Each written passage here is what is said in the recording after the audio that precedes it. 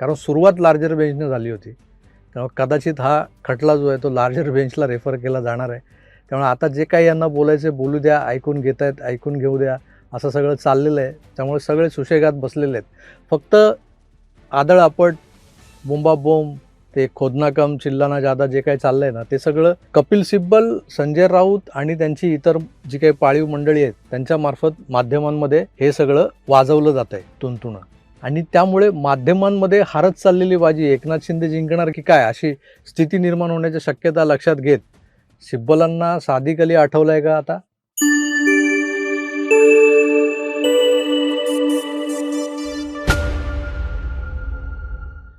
काल रात्री भाऊ तोरसेकरांशी फोनवर माझं बोलणं झालं.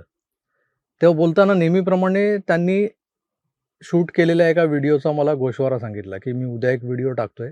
विषय होता सध्या सुप्रीम कोर्ट तिकडे जे सुरू आहे, कोर्टात सुरू असलेला शिवसेना कोणाची या वादावरचा व्हिडिओ. त्याला भाऊंनी शीर्षक दिलं होतं, लगे रहो कप्पूभाई. तर मी म्हटलं हा कप्पूभाई कोण?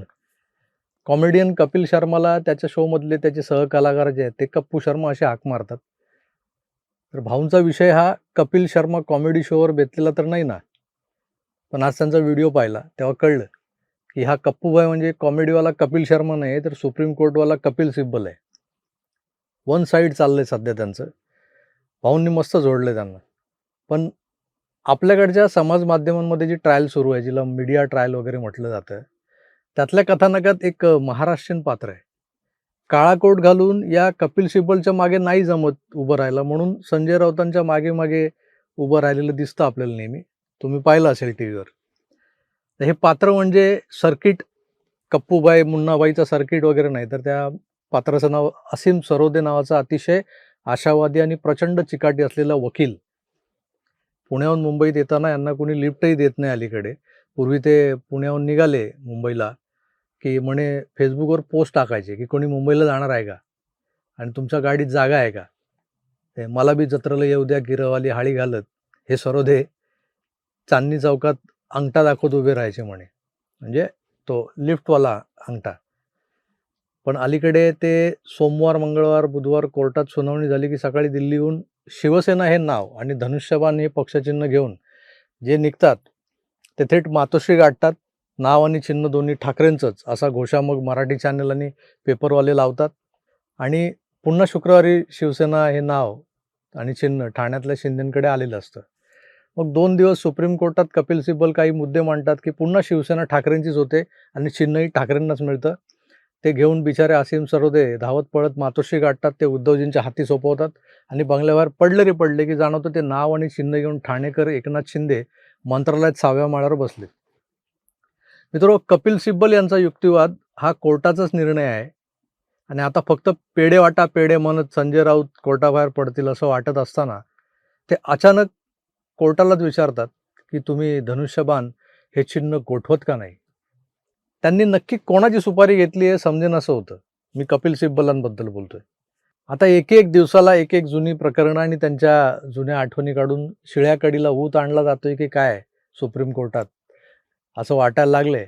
कारण अचानक ते सादिक अली प्रकरण बाहेर आले 1969 सालचं. त्याचे दाखले दिले जात आहेत. पूर्वी काय बोलायचे तर 10th शेड्यूल, ते एक नाही का काय काय ते अरुणाचल प्रदेशमधले ते नबाम राबिया, हे नबाम राबिया नाव तेव्हा सतत कानावर पडत होतं आपले घंटातज्ञ सायकल रिपेअरवाले तेही सतत 10th शेड्यूलनुसार आणि नबाब राबिया केसमध्ये काय झालं यानुसार असंच काहीतरी सांगत असायचे. मग अजून एका केसचा रेफरन्स द्यायला लागले. नागालँडचे ते किहोतो होलोहान आणि अँटी डिफेक्शन लॉ, ह्या 2 गोष्टींवर कात्याकूट. मग आली मणिपूर विधानसभेतली केशव मेघाचंद्र सिंग वर्सेस अध्यक्ष मणिपूर विधानसभा ही केस. आणि या सगळ्यांचा काथ्या कुटून कुटून बारीक झाल्यावर आता सादिक अली केसचा दाखला दिला जातोय. त्यानुसार धनुष्यबाण गोठवलं जावं असा दावा केला जातोय.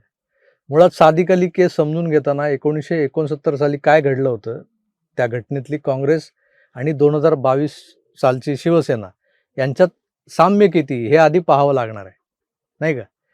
हे खरं आहे की दोन्ही प्रकरणांमध्ये पक्षात मोठी फूट पडलेली स्पष्ट दिसते. दोन्ही ठिकाणी पक्षाच्या नावावर आणि निवडणूक चिन्हांवर दावा झालाय. दोन्ही ठिकाणी निवडणूक आयोगासमोर प्रश्न आला की मूळ पक्ष कोणता. पण एक महत्त्वाचा फरकही आहे. सादिक अली प्रकरणात इंदिरा गांधींच्या गटाकडे संघटनात्मक आणि विधिमंडळ अशा दोन्ही स्तरांवर बऱ्यापैकी बहुमत होतं. शिवसेनेच्या प्रकरणात ठाकरे गटाचा दावा आहे की शिंदे गटाकडे सुरुवातीला विधिमंडळातलंच बहुमत होतं, पण पक्ष संघटनेतलं नाही. पण हा दावा आहे, दावा. हा दावा खोडून काढला जाऊ शकतो. जेवढे गठ्ठे त्या पक्ष सदस्य नोंदणी अर्जांचे गठ्ठे ठाकरेंच्या लोकांनी कोर्टासमोर दाखल केलेत आणि दावा करतायत की बघा आमच्याकडे संघटना होती, तेवढेच किंबहुना त्यांच्यापेक्षा जास्त अर्ज शिंदेच्या लोकांनी दाखल केलेले आहेत. मुळात हा खटला आता पुन्हा नव्यानं सुनावणीला आला आहे. त्या दिवसापासून फक्त कपिल सिब्बलच बोलतायत. काल ठाकरेंचे दुसरे वकील आहेत, ते कामत, ते बोलले. अजून शिंदेचे, निवडणूक आयोगाचे आणि सभापती नार्वेकरांचे वकील त्यांची बाजू मांडण्याच्या प्रतीक्षेत आहेत. म्हणूनच जे जगासमोर मांडलं गेलंय त्यावरून लागलीच सादिक अली केस ही जशीच्या तशी शिवसेना प्रकरणाला लागू करता येईल का, हा आजच्या कायदेशीर लढाईतला सर्वात मोठा प्रश्न उभा राहिला. तसं पाहिलं तर आता खरी परीक्षा ही सुप्रीम कोर्टाचीच आहे असं मला वाटतंय. कारण या संपूर्ण प्रकरणात सर्वोच्च न्यायालय कोणता कायदेशीर सिद्धांत स्वीकारते यामुळे महाराष्ट्राच्या राजकारणावर मोठा परिणाम होऊ शकतो. जर न्यायालयानं बहुमताच्या कसोटीला महत्त्व दिलं तर शिंदे गटाचा युक्तिवाद मजबूत होऊ शकतो. पण जर न्यायालयानं पक्षाची संघटनात्मक रचना जी आहे, पक्षाची घटना जी आहे आणि 10वी अनुसूची ज्याला म्हणतो 10th शेड्यूल, त्यांना अधिक महत्त्व दिलं तर ठाकरे गटासाठी मोठा कायदेशीर मुद्दा, एक स्ट्रॉंग पॉईंट निर्माण होऊ शकतो. पण म्हणून सादिक अली विरुद्ध निवडणूक आयोग हा 57 वर्षापूर्वींचा इतिहासातला निर्णय या 2026 मधल्या केसला लागू होईलच असं नाही आहे. पण या केसचा रेफरन्स घेतला गेला तर हा आजच्या महाराष्ट्राच्या राजकारणातला एक ज्वलंत कायदेशीर प्रश्न ठरू शकतो. कारण या दोन्ही केसेसमध्ये साम्य बरीच आहेत. 1969 मध्ये प्रश्न होता काँग्रेस कोणाची, आज प्रश्न आहे शिवसेना कोणाची. तेव्हा ज्या चिन्हासाठी साठमारी झाली ते चिन्ह होतं बैलजोडी, आज चिन्ह आहे धनुष्यबाण. पण दोन्ही संघर्षाच्या मुळाशी एकच प्रश्न आहे, पक्ष फुटला तर खरा, पण मग खरा पक्ष कोणता आणि हे ठरवायचं कसं. आणि या प्रश्नाचं उत्तर देताना 57 वर्षांपूर्वीचा सादिक अली केसचा निकाल पुन्हा एकदा सर्वोच्च न्यायालयासमोर संदर्भांच्या जंत्रीत केंद्रस्थानी आलेला आहे. म्हणूनच ही फक्त शिवसेनेची लढाई नाहीये, ही भारतातल्या राजकीय पक्षांच्या भविष्यातल्या नियमांची लढाई ठरू शकते. तुम्हाला काय वाटतं, सादिक अली केसचा आधार शिवसेना प्रकरणात घेणं आणि त्याच्या जोरावर आता नाव आणि चिन्ह गोठवा असं सिब्बल यांचं जे म्हणणं आहे ते योग्य आहे का? इतके दिवस जे सिब्बल विविध युक्तिवाद करत फक्त आमदारांचं बहुमत म्हणजे सगळं नाही, ते महत्त्वाचं नाही, की पक्ष संघटनेचाही विचार व्हायला हवा आणि या दोन्ही गोष्टींचा न्यायमूर्तींनी विचार करावा असं बोलत होते. पण आज एकदम निकराला आलेत की गोठवा चिन्ह, चिन्हावरून वाद नको. ही कप्पूबाईनं झालेली उपरती आहे की हा खटला अजून पुढे लार्जर बेंचकडे रेफर केला जाण्याच्या शक्यता आहेत. हा एक मोठा ट्विस्ट येणार आहे या केसमध्ये. कारण सुरुवात लार्जर बेंचने झाली होती, त्यामुळे कदाचित हा खटला जो आहे तो लार्जर बेंचला रेफर केला जाणार आहे. त्यामुळे आता जे काही यांना बोलायचं बोलू द्या, ऐकून घेत आहेत ऐकून घेऊ द्या, असं सगळं चाललेलं आहे. त्यामुळे सगळे सुशेगात बसलेले आहेत. फक्त आदळ आपट, बोंबाबोंब, ते खोदना कम चिल्लाना जादा जे काही चाललंय ना, ते सगळं कपिल सिब्बल, संजय राऊत आणि त्यांची इतर जी काही पाळीव मंडळी आहेत त्यांच्या मार्फत माध्यमांमध्ये हे सगळं वाजवलं जात आहे तुणतुणं. आणि ही जी शक्यता आहे, मी जी म्हणालो की लार्जर बेंच पुढे रेफर केली जाण्याची शक्यता आहे आणि त्यामुळे माध्यमांमध्ये हारत चाललेली बाजी एकनाथ शिंदे जिंकणार की काय अशी स्थिती निर्माण होण्याच्या शक्यता लक्षात घेत सिब्बलांना सादिक अली आठवलाय का आता? तुमचं मत कमेंट करून नक्की सांगा.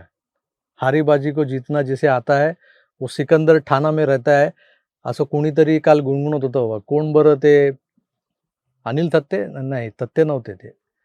मला वाटतं तो पुण्याचा वकीलच असावा बहुधा, जो दर बुधवारी शिवसेना आणि धनुष्यबाण ठाकरेंनाच मिळाला असा निकाल स्वतःच देतो आणि ते नाव आणि चिन्ह स्वतःच पुण्याहून दिल्लीला, दिल्लीहून मातोश्रीवर असं आणून देतो. पण बंगल्याबाहेर पडताच ते पुन्हा ठाण्याच्या शिंदेंकडे गेलेलं असतं. मग हा बसतो बोंबलत. बघूया हा खेळ अजून किती दिवस चालतो. आपण तुर्तास इथेच थांबूया. पुन्हा भेटूच. तोवर काळजी घ्या आणि पाहत राहा आपलं आवडतं यूट्यूब चॅनल आकार DG9. धन्यवाद. नमस्कार.